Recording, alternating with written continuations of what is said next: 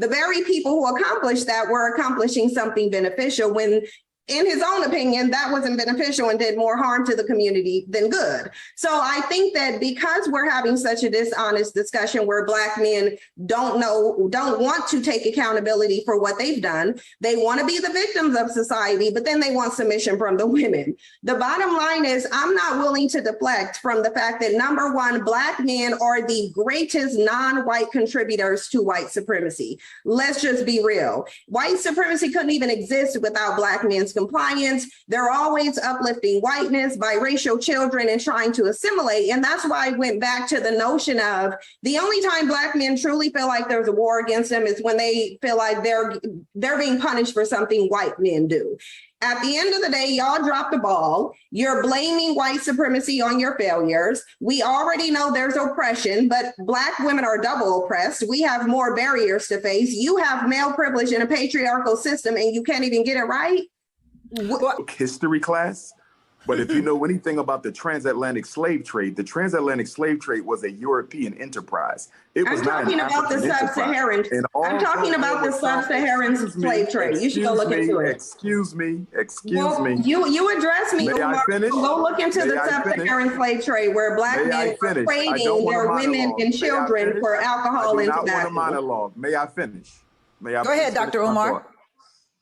The transatlantic slave trade was a European enterprise. It was not an African enterprise. Although there were some chiefs who participated in it, by no means did they control the direction and extension of the transatlantic slave trade. So that's number one. Number two, Black men resisted enslavement, not only on the shores of Africa, but right here in America. We celebrate Nat Turner, Denmark Vesey, Gabriel Prosser. There's literally hundreds of documented attempts by African men to liberate not only themselves, but their women and their children. So to act like we just sat there and we're complicit in our own oppression is absolutely ridiculous. The other point I want to clarify for your information, Cynthia G, you've never, ever heard me condemn the civil rights movement. The good Reverend Dr. Martin Luther King Jr. is a hero of mine. And despite me being a Pan-African nationalist, I take issue with other Black nationalists who do want to dismiss Dr. King's accomplishment. The civil rights movement was necessary because it removed a psychological scar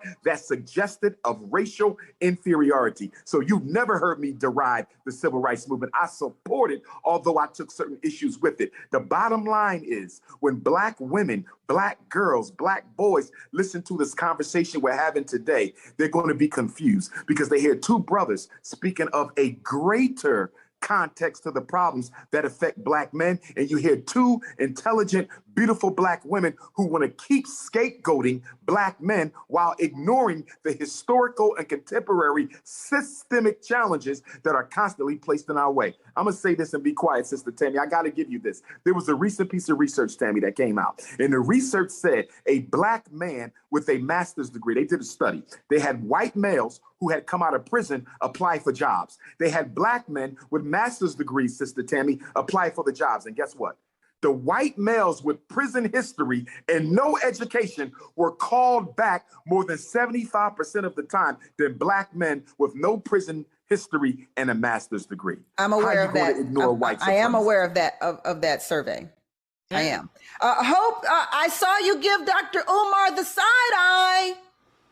It's only because you have 1,001 clips on the internet, but I know for a fact that one of the things that I was offended about in doing research or just seeing you on the internet is that you have definitely talked about your disdain for some of the practices of Dr. Martin Luther King. So to sit here and gaslight us as if most of of us have not seen. That's not true.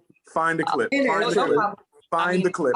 Well, Dr. Uhmar, you yourself said you had you yourself just seconds ago said you did find some things in the civil rights movement problematic. But I supported the movement, and I still support it. I visit everyone supported every time I'm in Atlanta. I have never been as a Black man, as a Black person in America. If we're going to have the conversation, let us be honest. Let's not misrepresent. You're the only one not being honest, Umar. You're not being honest. Find the clip. We don't have to argue about it. We don't have to argue about it. You just admitted to it. We don't need to 60 seconds left on the 60 seconds left on this segment. We won't be able to find the clip on this show. Find the clip. But Hope, finish, Hope. Essentially, whether we find the clip or not, we know that those things have been said, and you know that you've said controversial things. Once again, we see you moving the goalpost when you find that. Controversial according to who? We find, once again, because my thing is you and Cynthia can have that dynamic, but I give you the space to speak. I've given everybody that space to speak, so please don't interrupt me. At the end of the day, You interrupted me as well. Let's be fair. I did not. Yes, you did. And so once again, here we go in a space where Black women are making a point. It's more important to the It's Black. not about you being a woman. It was about you being incorrect. When it has Black nothing to do women with are you being a woman. I respect you. You were incorrect. You were incorrect. I didn't have the issue with a woman. You were incorrect. Well, let's all breathe in, breathe out, and I'll take a commercial break. All right? She said something that was We'll take a commercial break. It's not incorrect. To wrap this up on the business of being Black. They hate Black men. That's the problem. They hate. Welcome back to Business of Being Black with Tammy Mack. I am Tammy Mack, and the business of being Black today is there a war being waged against Black men? Dr. Uhmar is getting it a little bit because he says the ladies are lying on him. And I suggest that you run through and roll through every interview and clip that Dr. Uhmar has to find the clip, as he would say. One thing I agree with you on, Dr. Uhmar, is a lot of times when we have these conversations, we start comparing Black women to Black men, and we tear one down in order to make the other's point. And oftentimes when I have these debates on the business of being Black, I notice that is often the debate, to break the other person down rather than build them up. But I do want to do some comparative questioning right here. Do Black men face more obstacles than Black women? One of the problems, not with you, Tammy, but the responses, they're so individualized.